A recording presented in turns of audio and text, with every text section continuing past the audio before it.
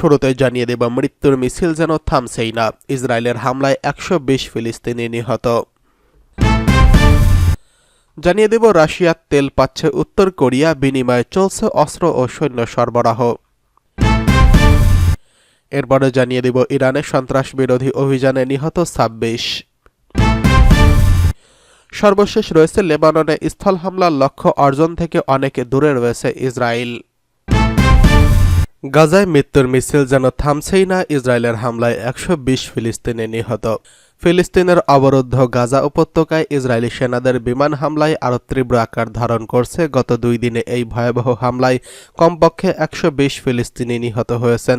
এই হামলার ফলে মানবিক দুর্ভোগ অব্যাহত রয়েছে এবং অঞ্চলটির পরিস্থিতি আরও সংকটাপন্ন হয়ে উঠেছে। ফিলিস্তিনি স্বাস্থ্য কর্মকর্তাদের বরাতে আল জাজিরা এক প্রতিবেদনে এই তথ্য জানিয়েছেন। ফিলিস্তিনি স্বাস্থ্য কর্মকর্তারা জানিয়েছে, গাজা শহরের জৈতুন শহরতলির একটি আবাসিক ভবনে শনিবার ইসরায়েলের বোমাবর্ষণে ৭ জন নিহত হয়েছেন। একই দিন গাজার দক্ষিণ এবং মধ্যাঞ্চলে বিভিন্ন এলাকায় হামলা চালানো হয়, যার ফলে আরও কয়েকজন প্রাণ হারিয়েছেন। এছাড়া ইসরায়েলি বিমান হামলায় এবং স্থল আক্রমণের ফলে মধ্য গাজার নুসৈরাত শরণার্থী শিবিরে আল ফারুক মসজিদে ব্যাপক ক্ষয়ক্ষতি হয়েছে। এই মসজিদটি গাজার অন্যতম গুরুত্বপূর্ণ ধর্মীয় স্থান হিসেবে পরিচিত এবং এর ক্ষতির ফলে স্থানীয় জনগণের জন্য আরেকটি শোকের কারণ হয়ে দাঁড়িয়েছে। এদিকে ইসরায়েলি সেনারা আক্রমণ আরও জোরদার করছে এবং উত্তর গাজার বিভিন্ন এলাকায় বোমাবর্ষণ অব্যাহত রেখেছে।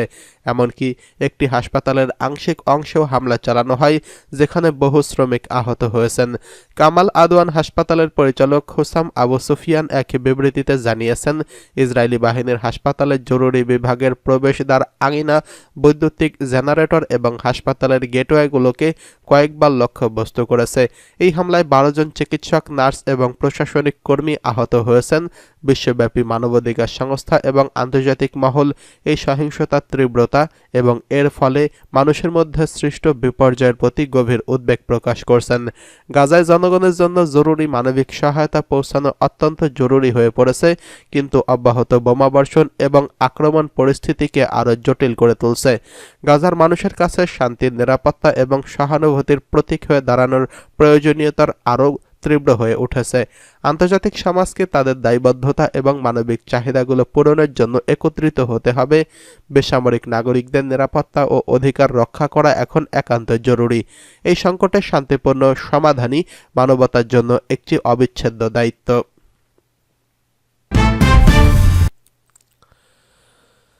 এদিকে রাশিয়ার তেল পাচ্ছে উত্তর কোরিয়া, বিনিময়ে চলছে অস্ত্র ও সৈন্য সরবরাহ। ২০২৪ সালের মার্চ মাস থেকে দক্ষিণ কোরিয়াকে ১ মিলিয়নের বেশি ব্যারেল তেল সরবরাহ করেছে।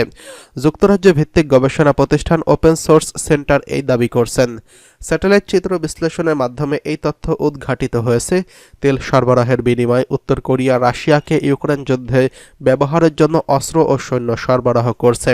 ব্রিটিশ পররাষ্ট্রমন্ত্রী ডেভিড ল্যামি এবং বিশেষজ্ঞরা বলছেন, এই ধরনের লেনদেন জাতিসংঘের নিষেধাজ্ঞা সরাসরি লঙ্ঘন। উত্তর কোরিয়া সীমিত পরিমাণ তেল সরবরাহে অনুমতি দেওয়া এবং দেশটির অর্থনীতিকে দুর্বল করে পারমাণবিক অস্ত্র উন্নয়ন রোধে লক্ষ্য নিয়ে এটি করা হয়েছিল। বিবিসির কাছে শেয়ার করা স্যাটেলাইট চিত্রে দেখা গেছে, গত ৮ মাসে উত্তর কোরিয়া ১২টিরও বেশি তেলবাহী ট্যাঙ্কার রাশিয়া ফার ইস্ট অঞ্চলের একটি তেল টার্মিনালে ৪৩ বার পৌঁছেছে। চিত্রে দেখা গেছে ট্যাঙ্কারগুলো খালি অবস্থায় রাশিয়ায় পৌঁছেছে এবং তেল নিয়ে ফিরে যাচ্ছে। ওপেন সোর্স সেন্টারের প্রতিবেদনে বলা হয়েছে, এই তেল সরবরাহ উত্তর কোরিয়াকে এমন একটি স্থিতিশীলতা দিচ্ছে যা জাতিসংঘের নিষেধাজ্ঞা আরোপের পর থেকে দেশটি পায়নি। জাতিসংঘের সাবেক ৪ জন বিশেষজ্ঞ জানিয়েছেন, রাশিয়া উত্তর কোরিয়া সম্পর্ক ক্রমশই ঘনিষ্ঠ হচ্ছে। এই সম্পর্কের প্রভাব আন্তর্জাতিক নিরাপত্তায় পড়েছে। বিশেষজ্ঞ থিউ গ্রিপস বলেছেন, এই লেনদেন পুতিনের যুদ্ধযন্ত্রকে শক্তিশালী করছে। এটি হলো তেলের বিনিময়ে ক্ষেপণাস্ত্র, গোলাবারুদ এবং সৈন্য সরবরাহ করা। ব্রিটিশ পররাষ্ট্রমন্ত্রী ডেভিড ল্যামি বিবিসিকে বলছেন, ইউক্রেন যুদ্ধে টিকে থাকার জন্য রাশিয়া উত্তর কোরিয়ার উপর ক্রমশই নির্ভরশীল হয়ে উঠছে। এটি কোরিয়ান উপদ্বীপ এবং ইউরোপ ও ইন্দো প্যাসিফিক অঞ্চলে নিরাপত্তায় সরাসরি প্রভাব ফেলছে। রাশিয়ার তেলের সরবরাহ জাতিসংঘের নিষেধাজ্ঞা লঙ্ঘনের একটি জ্বলন্ত উদাহরণ।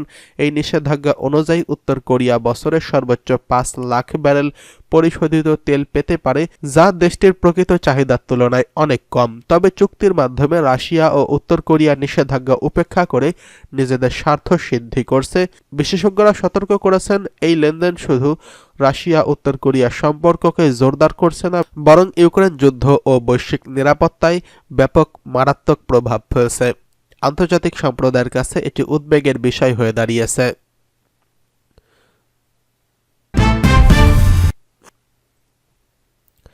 এদিকে সন্ত্রাস বিরোধী অভিযানে নিহত ২৬। ইরানের সিস্তান বালুচিস্তান প্রদেশের সন্ত্রাসী গোষ্ঠীগুলোর বিরুদ্ধে পরিচালিত অভিযানে ২৬ সন্ত্রাসী সহ নিহত হয়েছেন এবং আটক হয়েছে ৫০ জন। ইরানের বিপ্লবী গার্ডের গ্রাউন্ড ফোর্স কুদস বেসের মুখপাত্র ব্রিগেডিয়ার জেনারেল আহমদ সাফাই এই তথ্য জানিয়েছেন। জেনারেল সাফাই জানিয়েছেন, নিরাপত্তা শহীদ নামক একটি সামরিক মহড়ার অংশ হিসেবে এই ক্লিয়ারেন্স অপারেশন চালানো হয়। মূলত এই অভিযানের লক্ষ্য ছিল সন্ত্রাসীদের কার্যক্রমের ধ্বংস করা এবং অঞ্চলের নিরাপত্তা জোরদার করা। তিনি বলেন, এই মহড়ার মূল উদ্দেশ্য ছিল নিরাপত্তা বৃদ্ধি করা, যা এই অঞ্চলের শান্তি ও স্থিতিশীলতা আনতে সহায়ক হবে। সিস্তান বালুচিস্তান প্রদেশে মূলত দুটি ইরানের একটি সংবেদনশীল এলাকা, যা বহুদিন ধরে সন্ত্রাসী কার্যক্রম ও সীমান্ত নিরাপত্তাহীনতার মধ্যে পরিচিত। আইআরজিসি নিয়মিতভাবে এই অঞ্চলে সন্ত্রাস বিরোধী অভিযান পরিচালনা করে থাকেন। এই ধরনের অভিযান ইরানের নিরাপত্তা ব্যবস্থাকে আরও কার্যকর করার লক্ষ্যে পরিচালিত হয় এবং এর মাধ্যমে সন্ত্রাসী গোষ্ঠীগুলোর কার্যক্রমকে দমন করার চেষ্টা করা হয়।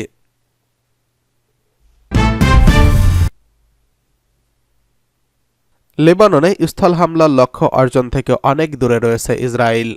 সশস্ত্র গোষ্ঠী হিজবুল্লাহকে সীমান্ত থেকে সরিয়ে দিতে সেপ্টেম্বরের শেষের দিকে লেবাননে স্থল হামলা শুরু করে দখলদার ইসরায়েল।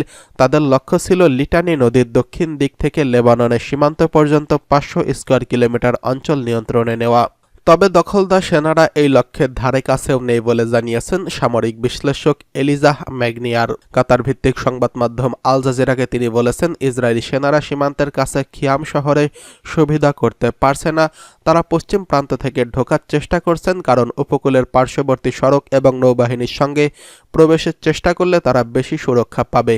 কিন্তু এর জন্য তাদের উঁচু জায়গাগুলো নিয়ন্ত্রণ করতে হবে এবং নিশ্চিত করতে হবে চামা, নাকুরা এবং আল বায়রা শহরের মধ্যবর্তী অঞ্চল এবং হিজবুল্লাহর কোনো প্রতিরোধী যোদ্ধা থাকবে না। কিন্তু তারা এই লক্ষ্য অর্জন করতে পারেনি। এই বিশ্লেষক আরও বলেছেন, বিনতে জেবিল, মারজাউন এবং লাব্বুহারের মতো শহরগুলোতে বড় অংশ এখন ইসরায়েলি বাহিনীর নিয়ন্ত্রণে নিতে পারেনি। তার মতে, দখলদার ইসরায়েল এই মুহূর্তে যুদ্ধবিরতির কথা বলে আসলে সময় নেওয়ার চেষ্টা করছে, আর এই সময়ের মধ্যে নিজেদের লক্ষ্য অর্জন করতে চাইছে। এই ক্ষেত্রে হিজবুল্লাহকে লক্ষ্য রাখতে হবে দখলদার ইসরায়েলি সেনারা যেন উঁচু স্থানে থাকতে পারে।